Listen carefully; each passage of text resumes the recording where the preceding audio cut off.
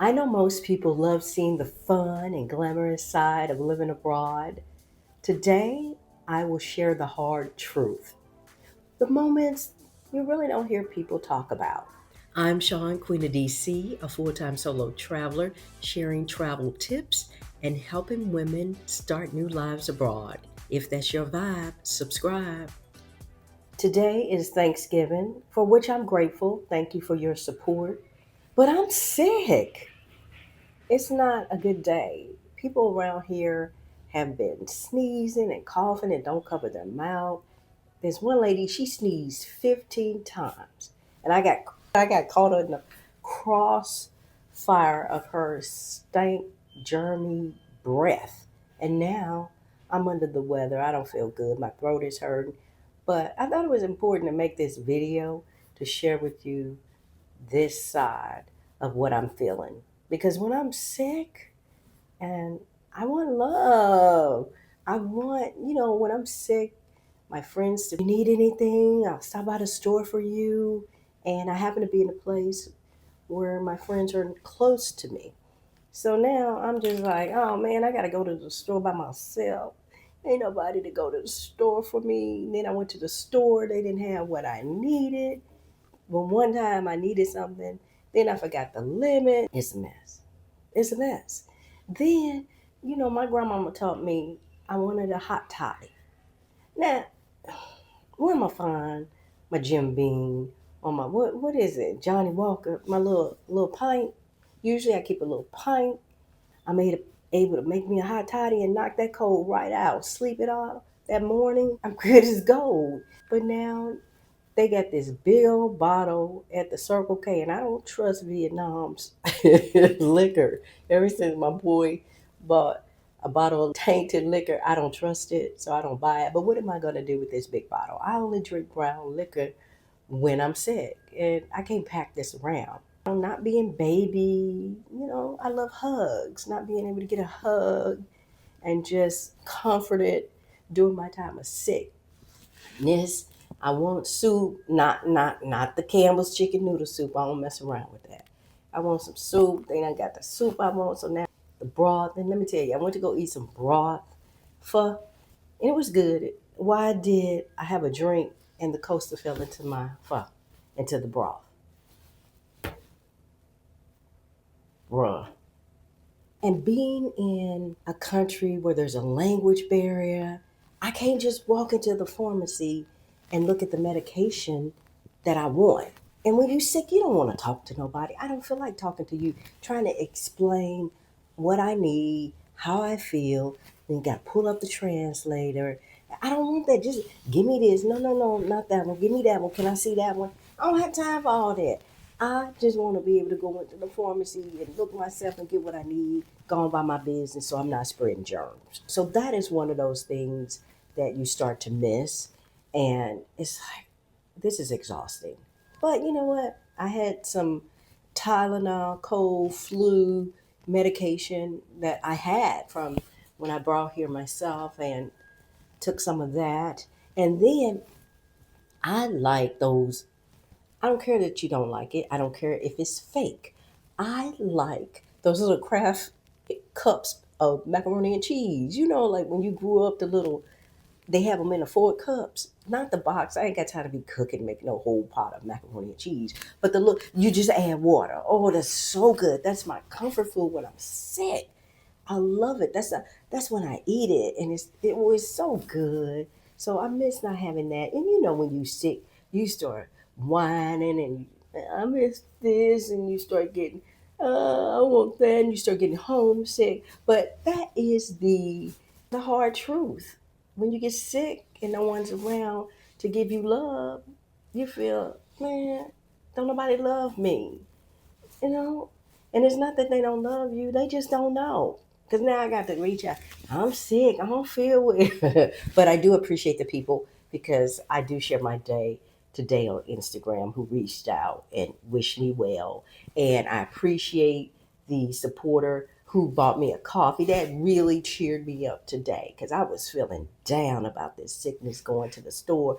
But I had to go to another store. I said, well, let me get some of this. I got the little vitamin C. So I'm about to open this and drink it. And these are pretty good. These are good. These are good. I don't like orange. I usually get lemon, but hey, orange juice, whatever. I take what I can get at this point. And it's the holiday time. I'm wishing, hot toddy. That's my grandmama. I miss my nanny. I start thinking about her. Oh Lord, we're not doing this. We're not doing this. I'm not crying on camera. I'm not gonna do that. But those are the things that you think about. And then I miss, and I was like, all I need is a hot toddy. That's it. And that would make me feel warm and cozy. And I know I would sweat this cold right on out my body with my hot toddy. But okay, I don't have one. Anyway, this vitamin C will have to do, and I'm gonna pop some more pills, and I'll be good. I got a couple of more pills, Tylenol cold flu medicine. Pop those tonight. Get my little drinky drink on with whatever I have. Make me some tea, and I have some honey. I need that liquor. I need that liquor. I need my Jimmy Walker, Jim Bean, or whatever. I need that brown liquor. But yeah, oh, little tears. Anyway, but yeah, so that is something that when you travel and live abroad, you feel. And I'm human, and we are all human, and you just manage those things, and they pass. Tomorrow is a new day, and I'm always positive. But sometimes I want to wallow. When I'm sick, I want to wallow. Okay? And that's my right. And that's my privilege to wallow when I'm sick. Number two, hard truth. Always planning everything yourself. It's exhausting. I have to do everything. I have to plan. And it's not even buying a plane ticket is easy. I think that's very easy for me. The most challenging part of this life is finding places to stay, the accommodation aspect, because that's the biggest part of your budget. Then you have to research, is it safe? Is it convenient? Does it have all the things that you need? Sometimes, I don't plan in advance, and that's just how I am. Constantly always having to think about this and that, and I get tired of doing everything myself. So you get this, what do you call it? This brain freeze, brain drain. I think that's what it is. Brain drain, where you constantly trying to make sure things are in order. And I can get obsessive about things in terms of when it comes to me. Is this right? No. Do I want to stay here? Do I want to stay there? And I've been fortunate to pick decent places, but it still takes a lot of research and a lot of time. And then you got to coordinate the schedules. Have the places I don't even share where I've gone. It's just exhausting when you have to do everything yourself. So, honey, this guy say, "Can I help you with your bag?" You absolutely can help me with my bag, sir. Here, take this one too. He was like, some people with the women's. I know women live feminist. Take my bag. Can you go get me a drink? Can you go? What else are you willing to do for me? Because you can do it all. Matter of fact, what's your number? You know what I'm saying? So I don't have a problem with that. No, help a sister out because I'm tired by the time I hit that airport. As a nomad or a person who bops around from country to country, as any of us, man, that fatigue is a beast. The planning is a beast. And it's just the coordination of everything. Some people, they plan their trips months in advance. I mean, into the next year. That's just not how I operate. That would just make me too. I just won't do it. I'm doing good to plan 2 weeks in advance if I can do that, because I'm always changing, always changing, and I like the flexibility. I don't want to be tied into something. And I keep thinking back. I was tied into something. I lived in the same place for 30 years. I want the flexibility to go. Particularly, it depends on money. If it's something that I can cancel and I have time to cancel, that's cool. But I don't feel like giving advancing an organization my money. I don't want to do that. I need that money. So if it's a little bit more when it's time, then I'll just take that risk. But I just don't plan that far in advance. Number three, I have airport anxiety. I've traveled so much in these past 3 years, more than I've ever traveled. I have airport anxiety. I have actually, I manage it because I travel with one carry on and one backpack. So that really helped me manage the stress and the anxiety of going to the airport, packing up and going to the airport. I have a system. If I purchase something, something got to go. I don't accumulate, I replace. And I'm okay with that. I don't have a problem with it. That's what I like. I buy jewelry and things of that nature, but clothes, I have my staples. I have things that I can mix and match, and I just agree to buy something if I need it and have to go someplace special. Overpacking gives me anxiety. I mean, I'm obsessive compulsive with packing, and so I have that down to just the perfect weight for my bag. My bag, it fluctuates between 18 and 19 kilograms, which is about 40 pounds, 39 to 41 pounds. And that's me stuffing everything in there. And then my backpack, I don't really have a lot in my backpack. The thing with the backpack is the computer weighs that down, but I figured out a new way because I have my long shank. So I just put my computer in my long shank and it makes my backpack lighter. So you manage and you figure those things out. And I've been doing this 3 years now, so I become like a pro. Part that really gives me anxiety is walking into that airport with those nasty, rude people who be coughing. They don't cover their mouth. You can't pay them to cover their mouth. They nasty and disgusting, and it just irks me. I can't control them. There's nothing I can do but move and keep moving. But it's disgusting and it's nasty, and it just irritates me because I'm gonna end up getting sick. But I do wear my mask on the plane, airport, all of that. And that's the only way I can manage that. But it still gives me a little bit anxiety because I got to deal with these people. You got to go through immigration. Immigration, depending on where you're going, can be long. I'm telling you, if you go to Ho Chi Minh City, baby, go ahead and just get the fast pass. It's not even worth your time standing in that line because it's disorganized. All those people crowded up on each other, screaming, babies, people dropping sodas on the ground. They just leaving it. It's horrific. Through Da Nang this last time, Da Nang is just like, I'm like, where all these people come from? It just shows you how much the city has grown. Word is out. Yeah, let's go to Da Nang because that immigration, I have never stood in line in Da Nang. I don't even know what day it was. I've never stood in line 45 minutes to get through immigration. I always just go straight through, but times have changed. But you definitely need the fast pass in Ho Chi Minh City. I've created a system. You're not going to rush me through the line. You're going to wait.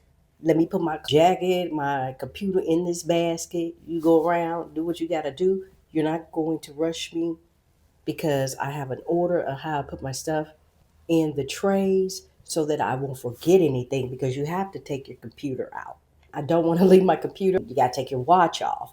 You got to take your shoes off. So your purse and things like that. I don't want to leave anything out of place. I always recommend put a system in place. Stand there to the side.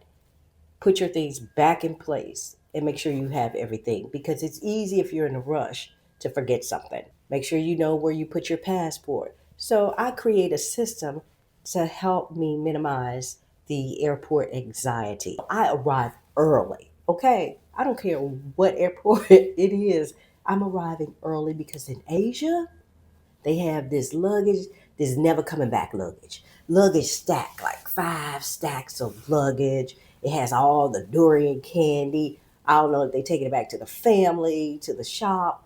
They have just food and all kind of stuff, packed in them bags. And they're always the gigantic size. Not the little one, the huge. And they're always in front of me. And I'm like, man, even when I get there early, somebody in front of me. Take your time, get there early so you don't have to rush.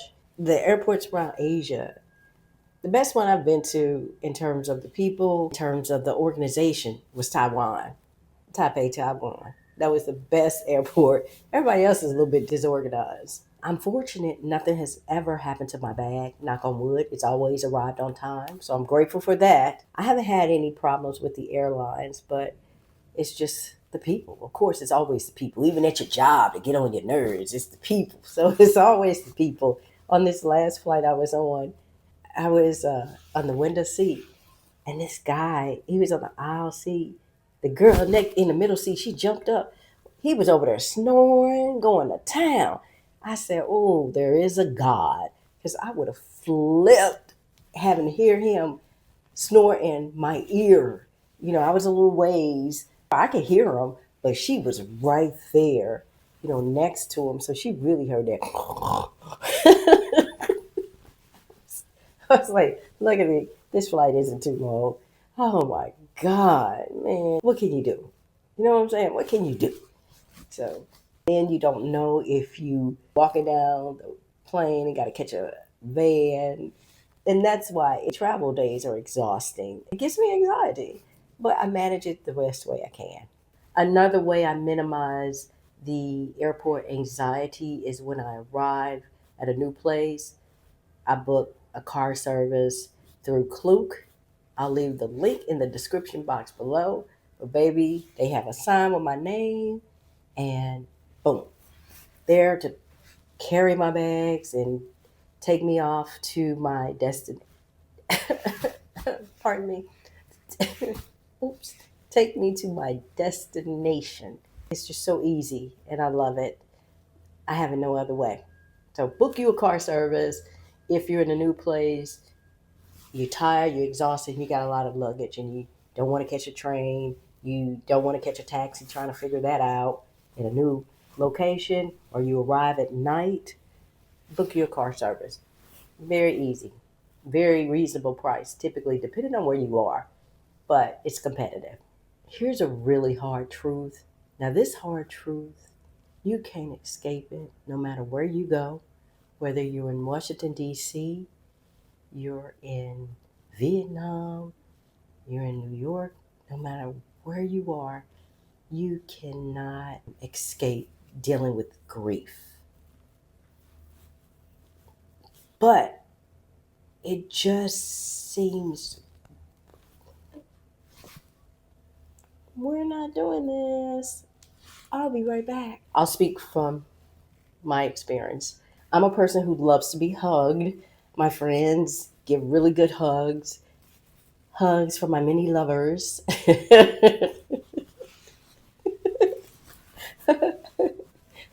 You have to joke to keep from crying, right? I had mentioned this on Instagram that I enjoy hugs and being away, not around family or really, really close friends. You don't get that hug sometimes that you need.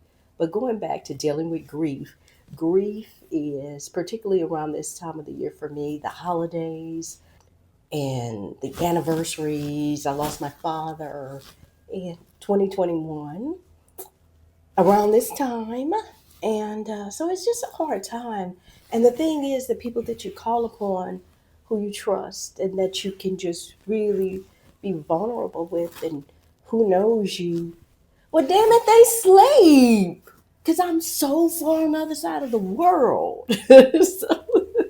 So it's something that, I manage. I have to manage myself. And I think crying and cherish memories, it's very cathartic. By the time they wake up, I manage, it's under control. But it is one of those things that you do wish you had that loved one to comfort you during that time. Or even, like I said, sometimes it's at these crazy hours, and we're talking, I'm on a 12 to 13 hour time difference from my friends and my family, so I can't very well pick up the phone and disturb them. That's not right. And so it's something that I manage. Fortunately, in Vietnam around the holiday season, I have not heard the holiday Christmas music. They have the trees up. They had the trees up 2 months ago, but I have not heard What Do the Lonely Do at Christmas, Nat King Cole.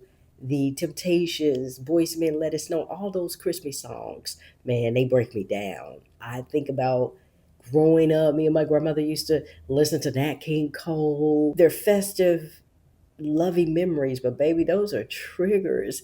I'll be breaking down in DC, honey.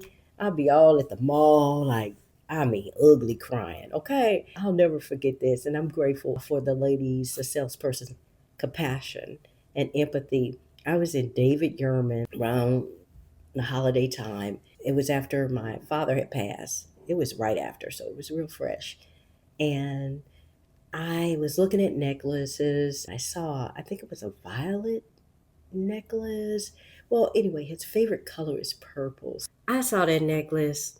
Child, I broke all down at the counter. I mean, ugly cry. That lady was like, she was really nice. She was, let me get you some tissue. Here's some water. Do you need anything else? Would you like a soda? And just was really, you want a hug? Can I hug you? And she gave me a hug. I said, sure, I love hugs. So she gave me a hug, and I said, I just need a moment. And she said, let me know if you want to talk or anything. She was really compassionate, expressed empathy, was very nice. And for that, I'm grateful for David Yerman, and I did buy another piece. But I know she was like, oh my God, they probably put something in my file. Probably like, don't show her purple, or be ready when if she sees something purple, be ready. I don't know, because I went back before. And, I don't know why I thought that.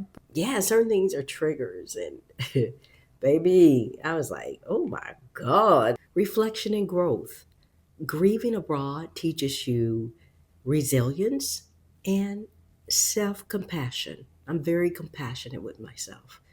I allow myself to grieve, and it feels good to get a hug. I recently lost my cousin while I was here in Vietnam, and my girlfriend, she's like, oh, you want me to come? I'm coming. So she came, we had coffee. I broke down. She gave me a big old nice hug, and we laughed, and it felt good. Janella, that hug felt real good. Thank you, my friend, for being there. And so you do appreciate the people who are there for you in those moments. Self compassion. Give that to yourself. My dad's favorite champagne is Dom Perignon. So every year we would celebrate with a bottle of Dom and Hennessy. Now, this is when I do drink my Hennessy VSOP and eggnog. That is my drink. That is my drink. I even hit my dad to it, and he loved it. That is my drink. Eggnog, Hennessy VSOP, and our Dom Perignon. That's our holiday tradition. It's kind of hard to carry that through, but I can have some champagne and I can get some Dom. I'm gonna try to find some Dom from someplace, and we gonna turn up, okay? Even with these challenges, you push through just like any other hurdle. These are things you can't escape no matter where you move. You just manage them. If you're thinking about moving abroad and you want more guidance on how to make your move smooth and avoid surprises, get a copy of my How to Move Abroad guide. If you want to have a one on one consultation, sign up for my Move Abroad strategy session at queenofdc.com. I've linked both in the description box below. I want to thank you. Making this video helped me feel lighter. Be sure to share this video with someone you love. Sharing is caring. Wishing you a happy, peaceful, and prosperous holiday season. Until next time, y'all. Peace.